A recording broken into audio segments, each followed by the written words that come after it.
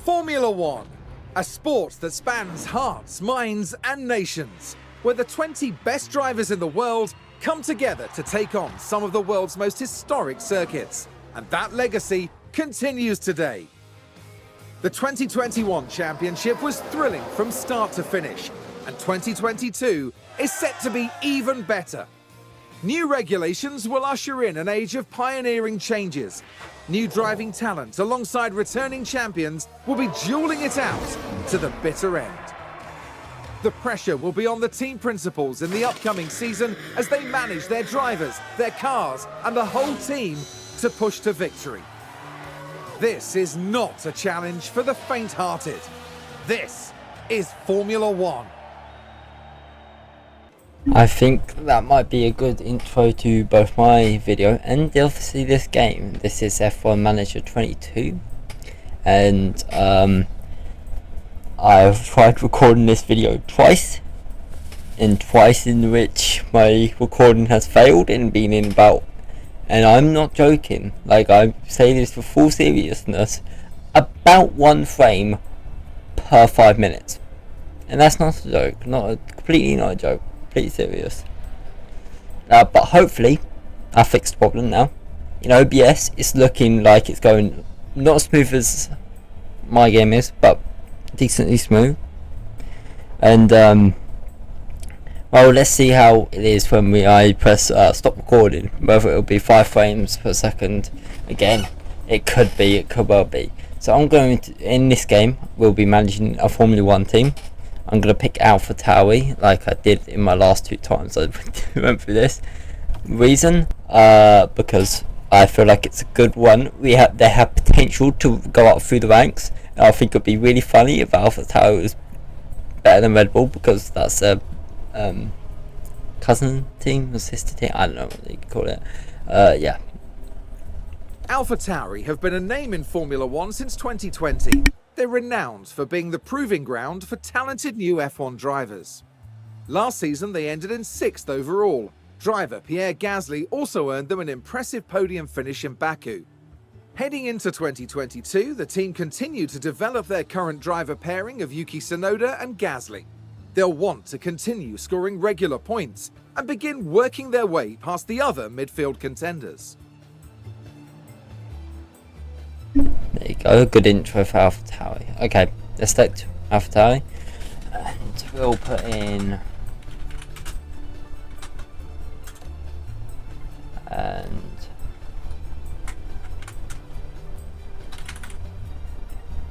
and I know how to play my game. So I played like 100 hours on this, so I know how to do it without a tutorial. And here's a screen I've seen more than enough now.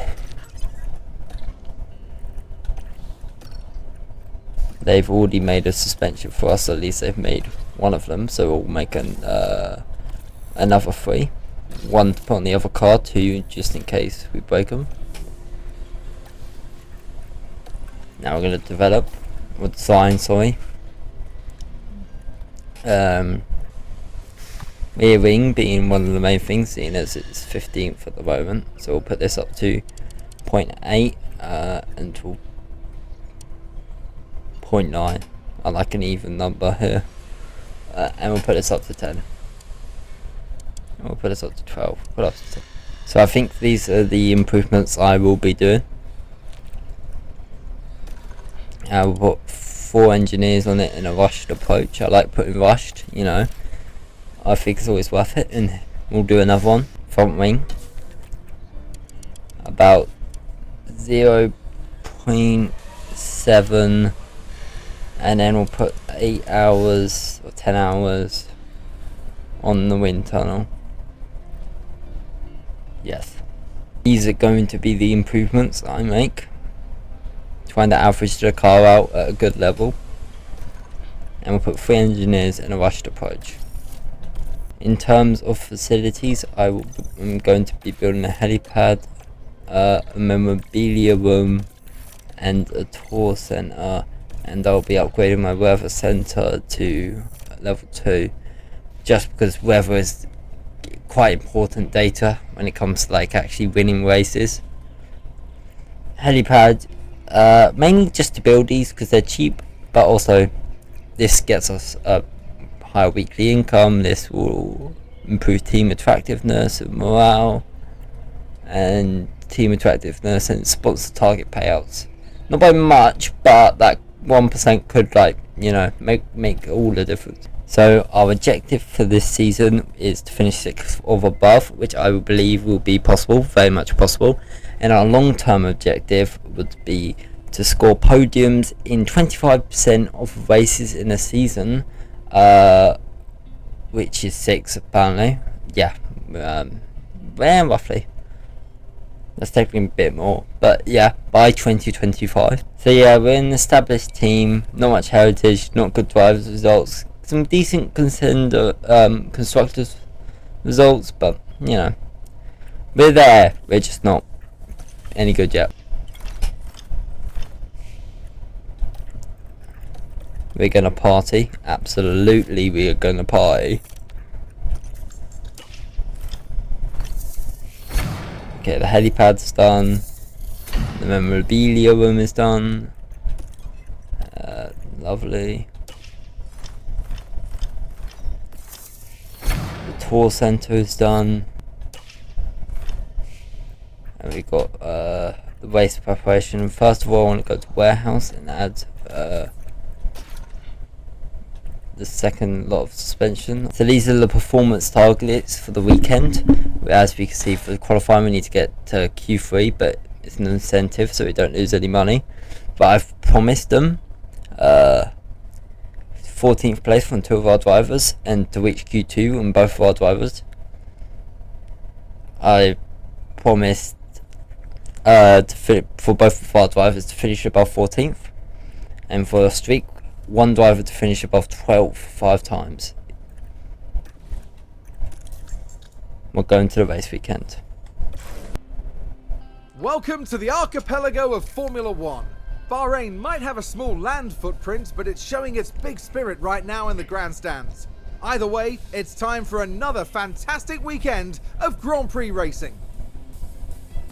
The Bahrain International Circuit is a challenging track, and the cars routinely have to brake from high gear to low to take the narrow turns. With the need for downhill braking, the risk of locking up is one drivers will need to manage. It's all about focus and balance to get victory here. At this early stage in the season, there are still plenty of opportunities for things to change. In this sport, there simply are no guarantees. Ladies and gentlemen, this is Formula One. In terms of car setup for Gasly, we are going with this, and we are going to run for 17 laps. For Tsunoda, we are going this for the car setup, and this for the amount of laps, 17 laps, to play on the safe side. And that's manually control practice 1. Radio check. Oh, that was a quick load. Oh, I was not expecting that. Yeah, radio check. Green light now. Okay, let's send out Tsunoda first. Why not?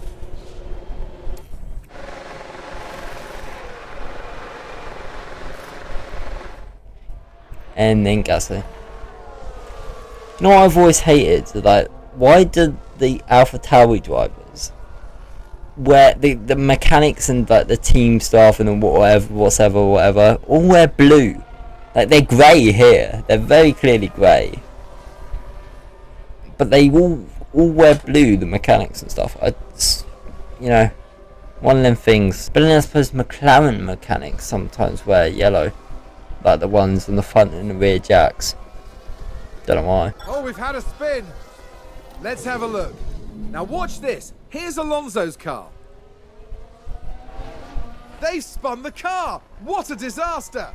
What a disaster. Cannot believe it. We'll never recover from that one. What was the balance, Okay. please? It's good confidence from Gasly.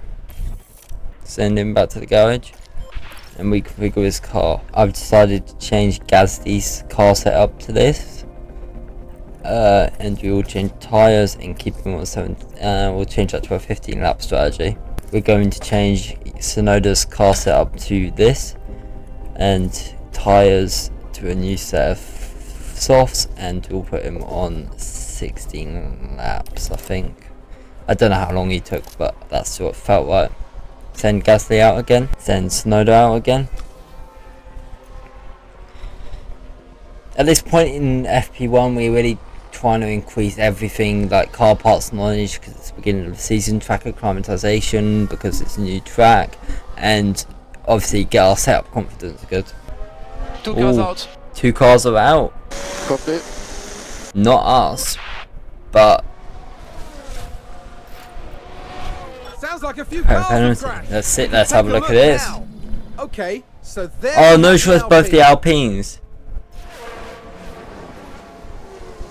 Oh, that's just there's gonna and it's crystal clear who was in the wrong there. there's gonna be arguments in the garage after that one. I'll tell you that much. Both cars seem to be driving, but I guess whoever was behind got a penalty. Decided to tweak Gasly's setup by a tiny bit, just to get him more optimals. We're not planning to send him out again.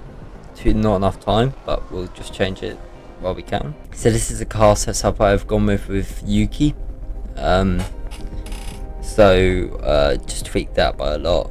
Not planning to send him out again, so we'll just take away the fuel and just make sure that's done.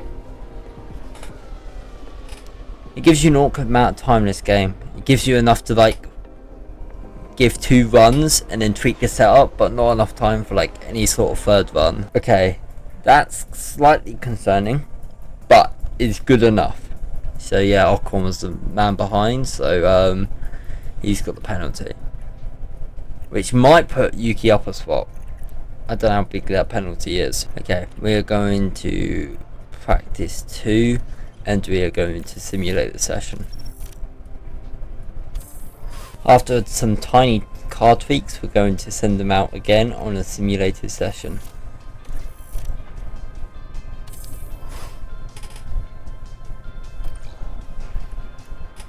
That is concerning, but it will be fine after he sets. After Ocon sets this up, if Yuki keeps this performance up in qualifying, that is. Both drivers out on soft compounds, and we're going to simulate the session. I probably shouldn't have simulated that, but it's paid off. It's paid off. Okay, going to manage this second session. Expecting Yuki to get chucked out in this session, but hopefully Gasly can pull through. Send them out again, make sure they get a bit of slipstream. This final straight, let's see if he's done it. He's at the bottom at the moment, but he could. He has not improved. Gasly has also not improved, but he is in the top 10 still, luckily. So that is actually really bad. Yeah, we'll be managing qualifying 3. I don't know how I'll do here, but we'll send him out straight away, and no real improvement, but we'll take P8, P9, sorry. Here we are, folks. We're back for another day of scintillating F1 action. It's race day. Alpha Tauri's qualifying results were in line with the targets set out for the team. Good. They certainly have the potential to achieve a good result here today. We didn't see any unexpected prowess from Alpine during qualifying, but they did well for themselves. Everything's still open to them for the race. A sunny day. I'm surprised Alpine is what the game thinks we should be contending with. This way, the weather shouldn't pose any challenges to the teams. But which team has perfected the strategy that will see them prevail today? Here at the Bahrain Grand Prix. Ooh, sounds exciting. Unfortunately, you're going to have to wait till next time, because 15 minutes. If you did enjoy today's video, please leave a like and subscribe.